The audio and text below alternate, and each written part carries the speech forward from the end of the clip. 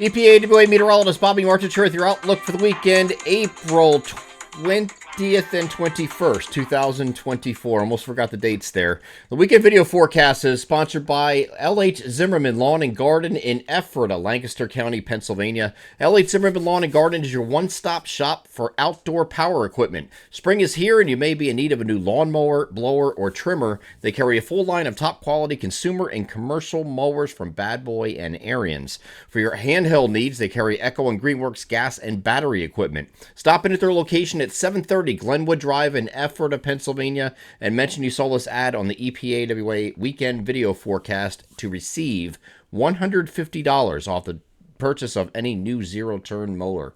Offer will expire April 30th, 2024. So you don't have much time. They are L.H. Zimmerman Lawn and Garden in Ephrata, Pennsylvania, proud sponsors of the weekend video forecast. We do have a cold front moving through the region this morning. There will be some showers with that in our southeastern areas until that clears the coast, and then clouds will give way to sun. You can see that draped over extreme southeastern Pennsylvania. This is looking at the previous 6 hours between 5 a.m. and 11 a.m., but I'll get to the NAM high-res future simulator radar in a second.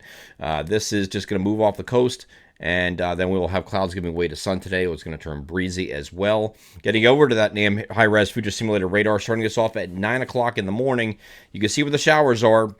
Just along and southeast of I-95 is going to be there temporarily this morning. Early this morning, you have these showers, and they're going to move out pretty quickly and clear the coast by about noon. And then we're done with the rain after that point. Here's what the cloud cover looks like at 9 o'clock. You can see there's plenty of clouds in our southeastern areas and even northwest of I-95. Once that front clears, the front actually, even though we're sitting back here at 9 o'clock in the morning, which is right here, there, the front is actually back here, even though we're seeing the showers further south and east. So because of that, we're going to have, my mouse isn't working very well today, because we have the showers ahead of the frontal boundary, the clouds are going to follow it and trail it. So you have that clouds extending all the way up to the Lehigh Valley and back down toward Lancaster at 9 o'clock in the morning. But right after that point, it starts to clear from northwest to southeast, and we have a pretty nice day today. It's just going to be breezy. It's going to be 56 to 68 is the spread. The reason it's such a big spread is because the northwestern areas out by, say, Williamsport and Lock Haven will be closer to that 56 value because the front's going to be coming through a lot sooner.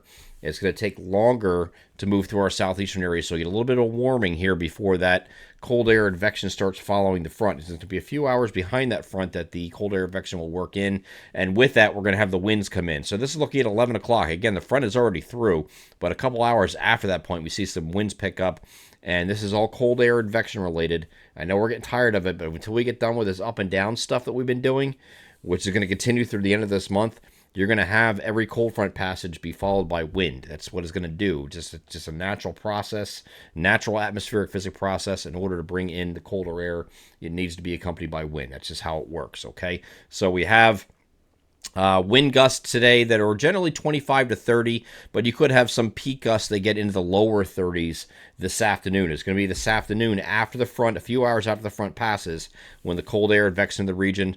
So mainly between 12 and 6, but at any given location, the worst of those winds are going to be a 4-hour window within that 12 to 6 period, if that makes sense. Okay, so it's not going to be the entire time that it's going to be that windy, but looks like we're going to get into the lower 30s for a couple hours. And then when we get to this evening, the winds will diminish, and overnight it pretty much goes to nothing. So it's just a one-day thing of the wind, and that's it. Once we get to Sunday, we have intervals of clouds and sun, but it will become, we'll call it partly to mostly cloudy, actually, because we have the system moving off to our south, that even though it's staying off to our south and not bringing any rain, though the cloud plume from this is going to extend up here like this. So we're going to have an increase in clouds. This might start off partly cloudy and then become mostly cloudy throughout the day. And we can see that too here on the NAM satellite when I go here for Sunday. See those clouds increasing on Sunday, and you go partly to mostly cloudy and see it's that cloud plume that extends well above to the north here, away from that system, which is well off to the south. Okay, so you're going to have some clouds associated with that, but no rain on Sunday.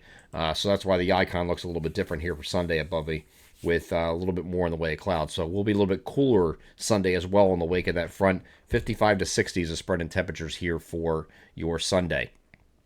Getting beyond this, we are going to recover in temperatures a little bit here on Monday. We're going to get into the lower 60s with mostly sunny skies.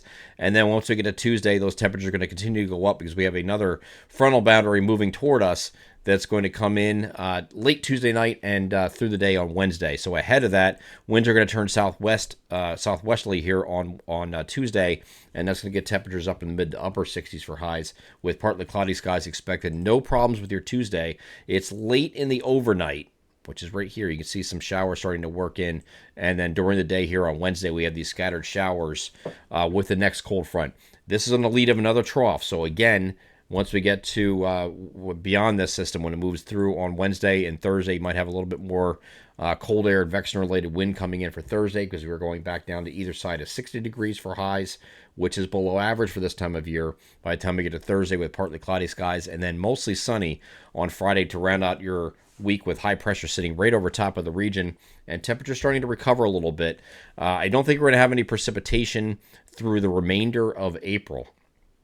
We are going to have a system that's going to move, bring a warm front north of the region here that's going to allow some warm air advection to come in next week, and we're going to get temperatures getting close to 70 degrees by the time we get to next Sunday. So we are going to recover. We have this up and down stuff this week with cooler, then slightly milder, then cooler again, and then once we get to next week, we start to end April anyway, we're going to turn warmer for the last couple of days of the month. I'm EPA meteorologist Bobby Martrich. That is your outlook for the weekend, April 20th and 21st, 2024. Have a great Saturday and Sunday.